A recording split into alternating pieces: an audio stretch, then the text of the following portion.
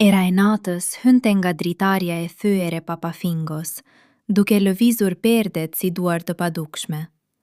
Ata ishin vetëm atje lartë, në shtëpinë e vjetër të gjyshit, ku çdo dysheme kërciste si një paralajmërim. Vajza, e quajtur Era, mbante një xhaketë të hollë jeans dhe djali, Arsi, ishte ulur në skajin e shtratit të vjetër prej hekuri, duke e ndjekur me sy çdo lëvizje të saj.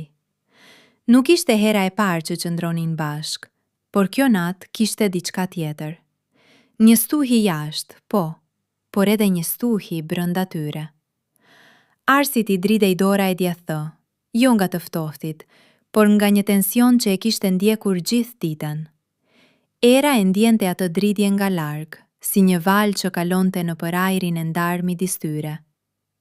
Nuk po flen dot, tha Era duke u mbështetur te korniza e dritares. Zëri i saj ishte i ulët, pothuajse i mbytur nga zhurma e shiut.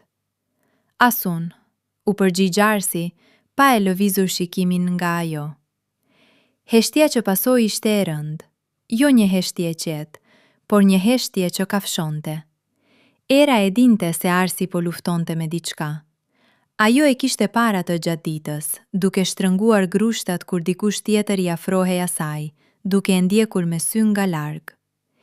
Ishte një tension që nuk flitej, por që ndihej në ajër si para një stuhje. Arsi u ngrit ngadalë.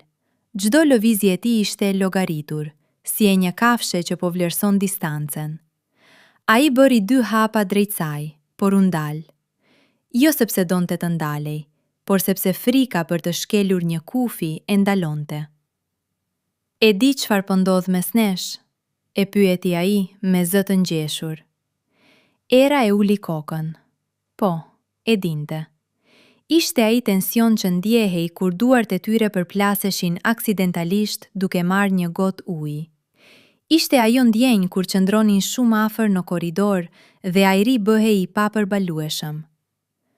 Po, tha ajo, dhe zëri i saj mezi ishte i dëgjueshëm. Arsi bëri një hap tjetër. Tani ishte vetëm 1 metër larg saj.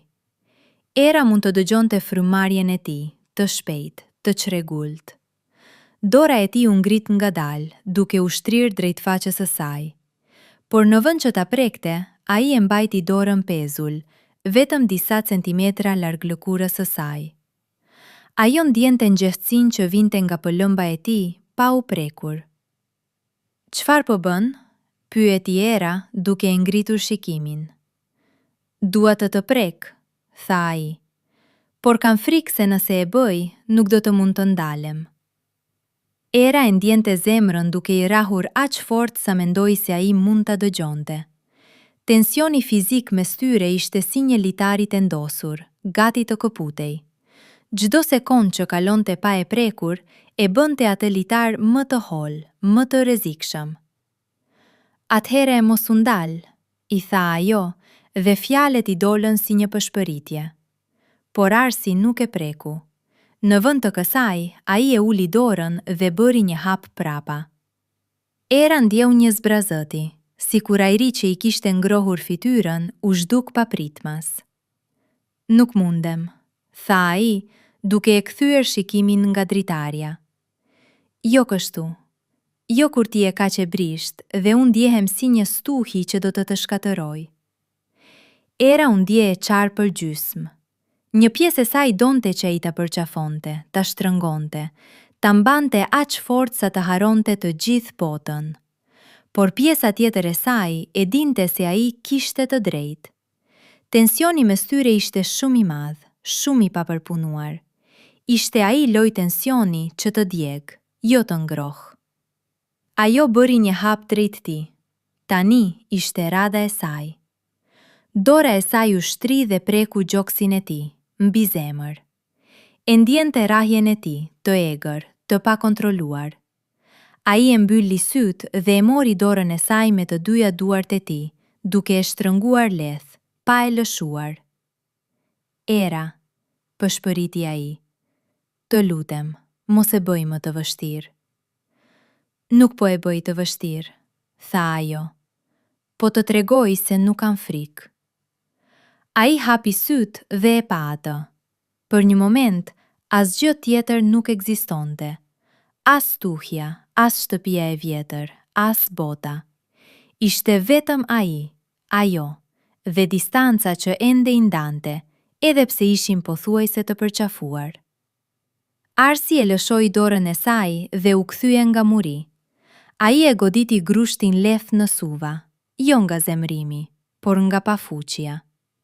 Era e dinte se ai po luftonte me diçka më të madhe se të dy. Po luftonte me frikën e tij për të mos qenë i mjaftueshëm, për të mos e mbrojtur atë, për të mos e rrëzuar atë në kaosin e tij të brendshëm. Ars, tha ajo, duke ju afruar nga pas. Nuk kam nevojë që ti të jesh i përsosur. Kam nevojë vetëm që ti të jesh këtu. Ai u kthye ngadalë. Sytë e tij ishin të lodhur, por në to shihej një butësi që e bëri erën të shkrihej. Ai ngriti dorën dhe këtë herë e preku faqen e saj. Prekja ishte e lehtë, si pend, por era ndjeu si një rrymë elektrike që i përshkoi trupin. Këtu jam, tha ai, dhe zëri i tij tani ishte i qetë, si dallga që qetësohet pas tuhis. Ata qëndruan kështu për një kohë të gjatë, me dorën e tij mbi faqen e saj dhe sytë e tyre të ngulur njëri te tjetri. Tensioni fizik nuk ishte zhdukur, por kishte marrë një formë tjetër. Nuk ishte më ai tension që kërcënonte të shpërthente si një digë. Ishte një tension i ri, një që mbante premtimin e ngrohtësisë dhe të afërsisë. Mund të qëndroj këtu gjithë natën, tha ai. Edhe unë, u përgjigj Era. Dhe në atë moment, ata nuk kishin nevojë për më shumë. Tensioni mes tyre mbeti aty, si një gjuhë e tyre e fshehtë, një bisedë që vazhdonte pa fjalë. Ndoshta një ditë do të kishin guximin ta kalonin atë mur të padukshëm që i ndante, por atë natë mjaftonte të qëndronin pranë njëri tjetrit, duke ndjerë nxehtësinë e trupave të tyre, pa u prekur plotësisht, duke dëgjuar zemrat që rrehnin në të njëjtin ritëm. Stuja jashtë filloi të qetësohej, dhe brenda Papafingos, në atë shtëpi të vjetër, dy shpirtra mësuan se tensioni më i bukur nuk është ai që të djeg, por ai që të mban zgjuar, duke pritur momentin kur të dy të jenë gati ta kthejnë atë në diçka të vërtetë.